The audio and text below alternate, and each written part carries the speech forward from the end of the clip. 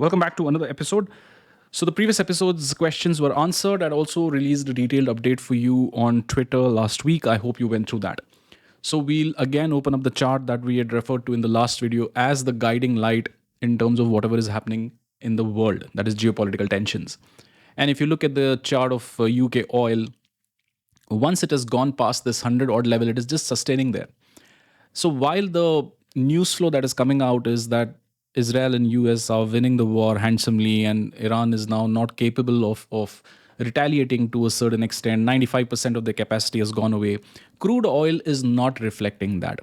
Crude oil is still suggesting that the pain is here to stay when it comes to the global economy. And that is what I'd explained in the previous post that I made on X, that is last Sunday, that you need to track crude oil so closely because that is the barometer of what is currently happening. And remember O'Neill's rule, wherever people have made money, as soon as times become uncertain, people start pulling money off those assets. And that is what is happening in stocks. That is what is more importantly happening in gold and silver also. There is genuine fear on the street when it comes to what is going on. And see, if energy prices continue to shoot up, not only will India struggle, but most of the Asian countries that have lower strategic reserves of petroleum are going to take a hit. So if you look at the US, you look at China, you look at Russia, you look at Saudi Arabia, you look at some other major economies in the world, collectively Europe also, they have strategic petroleum reserves, which means they can bear the brunt of this war for a lot longer than most of the Asian countries. More importantly, India, Taiwan, you take a look at South Korea. China won't get impacted so soon because the SPR, that is Strategic Petroleum Reserve for China, is there for the next few months. So China is prepared very well. I think they have about 600 or 700 million barrels in reserve, which is huge. So this is what the chart of crude is suggesting, that all is not well yet. You need to be patient. If you come to the chart of Nifty, that is Nifty 50, again, minor retracement again got sold into. This may be the HDFC Bank reason, but the fact is market breadth is so poor. And we've been tracking market breadth in almost every update. Currently, the market breadth stands at 21%. That means 21% stocks in market, that is Nifty 500, are above 200-day moving average. 79 to 80% stocks are below it. That is never a great sign. It is never a great sign. You see a lot of volatility below 200 DMA. You see erratic price movements. You see V-shaped recoveries happening. Then you see those V-shaped recoveries failing. And that is what leads to so much of churning, so much of drawdowns, frustration. A lot of things happen once market starts sustaining below 200 DMA. The same with Nifty 500. Again, not great. Once the cost of energy goes up, then our macros start going haywire. That is the problem. And that is something the market is not liking.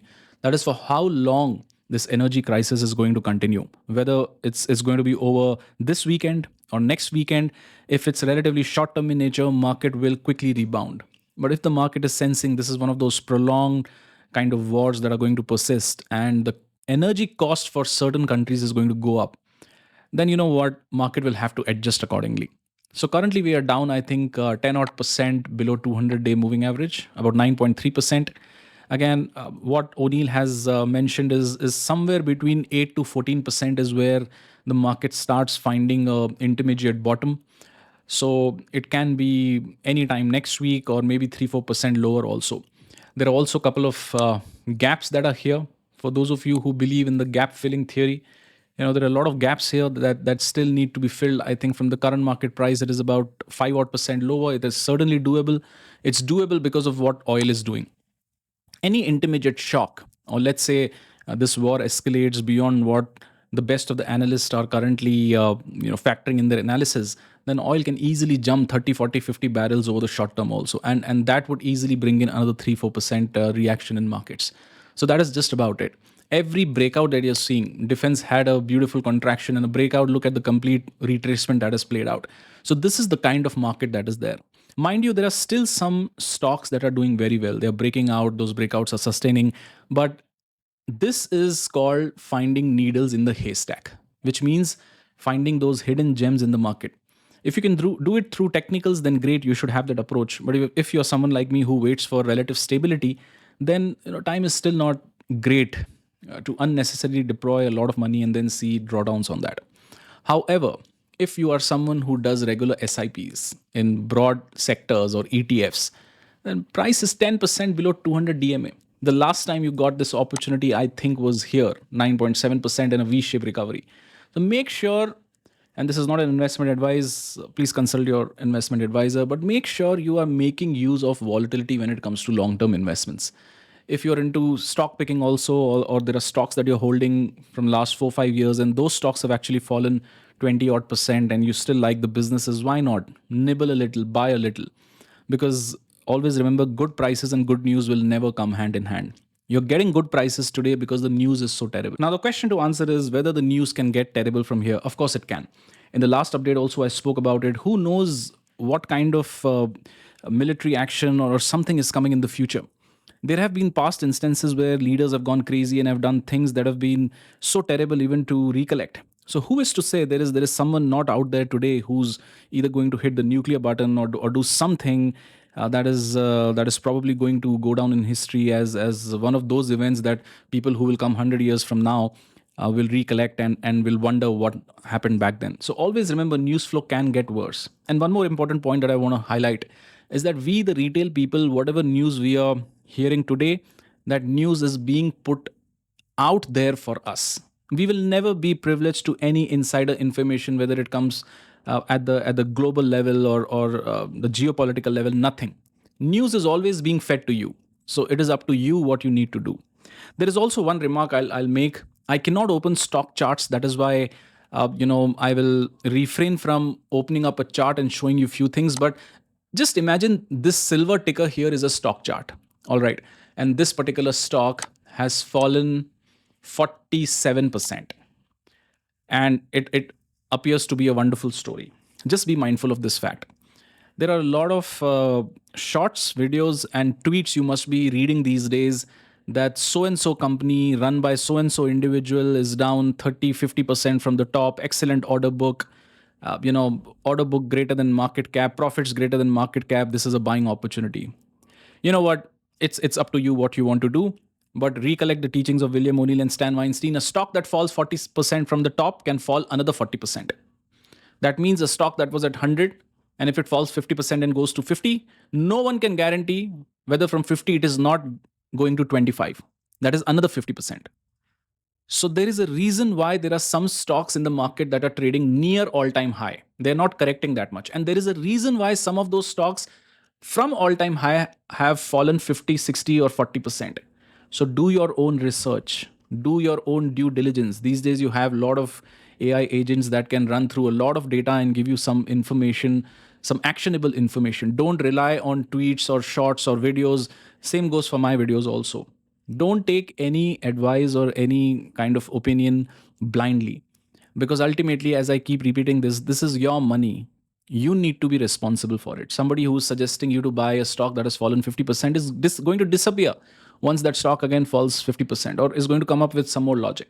But it is you who is going to take that massive hit. So be careful. There is a reason why stocks trade near all-time high, and there is a reason why stocks fall 50% from all-time high. Some of them will recover, but that some of them is less than 10% stocks. So again, if you're great at finding needle in haystack, that approach, you can certainly continue.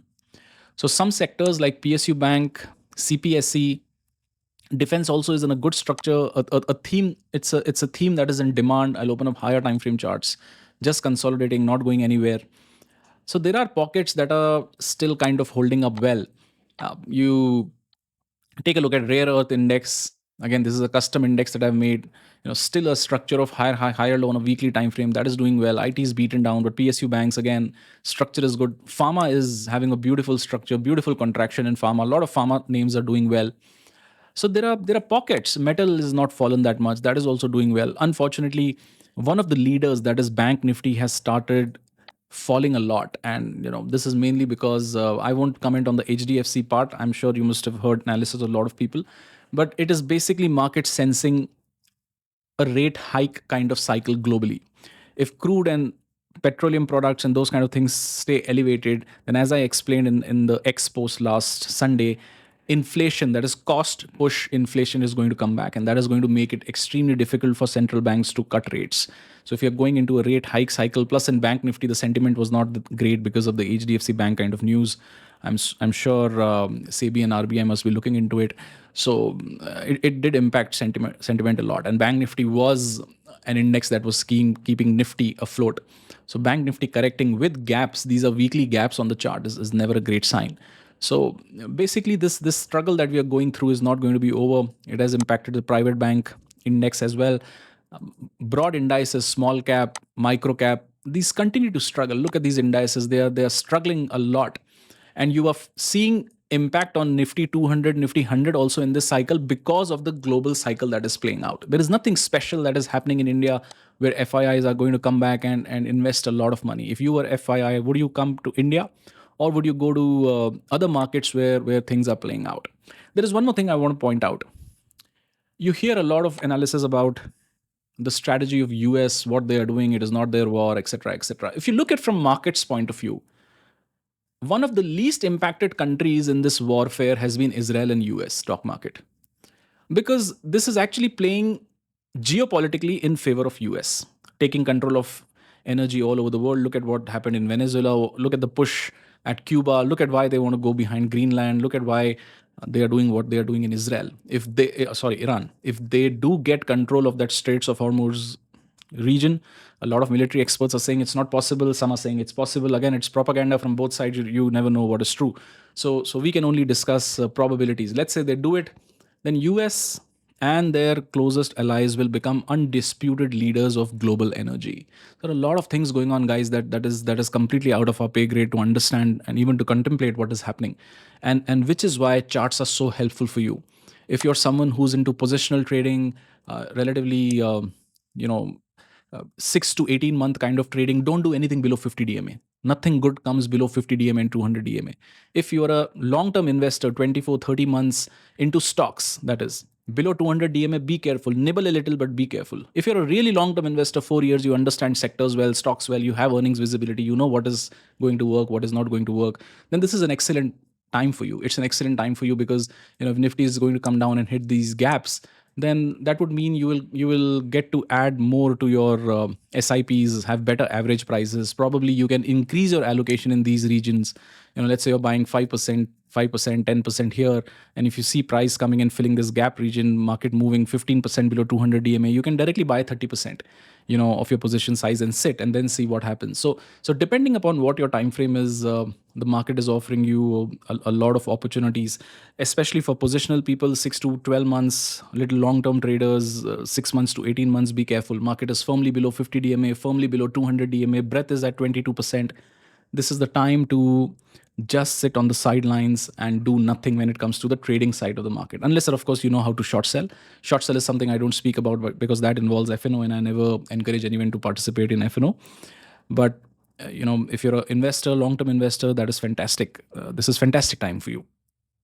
So before ending the video, I'll tell you, for global cues, track only one thing, that is oil index. If you see sharp reversals coming in oil below 99, it starts sustaining, then only then you can conclude that something positive is happening from equities point of view at global level. Else, don't believe a word that you're reading. People have suddenly become experts in artificial intelligence, analyzing the videos of Prime Minister Netanyahu, some analyzing the videos coming from Iran. This is fake, that is fake. This is all information warfare that is currently going on. And it should not impact us because this is not our war. And also, I'll take a couple of minutes to tell you that in this world where there are so many wars going on, it is great that we are doing whatever we are. Yes, we may not be one of the most advanced countries. Yes, we are not doing anything major in AI, but at least our citizens are safe at end of the day. At end of the day, at least what you're seeing around the world is not happening here, despite of the fact that we have a couple of real nuisance neighbors around us. So touch wood, things are working for India. Yes, the market is not pricing that in, and if this energy kind of problem continues, then of course we are going to witness more pain. But as I said, if you're a long-term player in the market, this is some excellent kind of time for you. If you're a short-term to medium-term player in the market, then you just have to be lazy and do nothing and wait for the wait for the opportunities that will come by once you start seeing stability. If you look at the India VIX index, also we are currently at 23, again approaching this range. So this is a geopolitical event. So last time around when the Russia Ukraine thing happened, we easily went to about 32, 33. All right. Then we spiked around 28, 30. This was the election thing that played out, the Charso Par fiasco that played out in the market. So we can hit the 32, 33 number again. And that is where probably we'll finally make a bottom in the market. It may not happen immediately. What I mean to say is there could be a scenario where price initially stabilizes, we fall, then Nifty kind of has a V-shaped movement. We go and test 50 DMA, 200 DMA, and then finally in August, September, October, November, probably we do this. It's entirely possible because, of course, short selling is getting a consensus, weakness is a consensus, and typically you have seen market just has a sharp V-shape kind of rally once participants start shifting towards only one side. So be safe, keep your position sizing small. If you're a short-term, medium-term player, just sit on the sidelines, wait for market to take out 50 DMA, 200 DMA. If you're really long-term investor, this is a great opportunity for you to slowly sip again. If you understand stocks, sectors, ETFs, there are plenty of instruments that you can deploy in these times. All right, so comment section is open. And see you next weekend. If I cannot do a video, definitely on X, I will write in detail what is happening in the market. So take care and be safe, guys.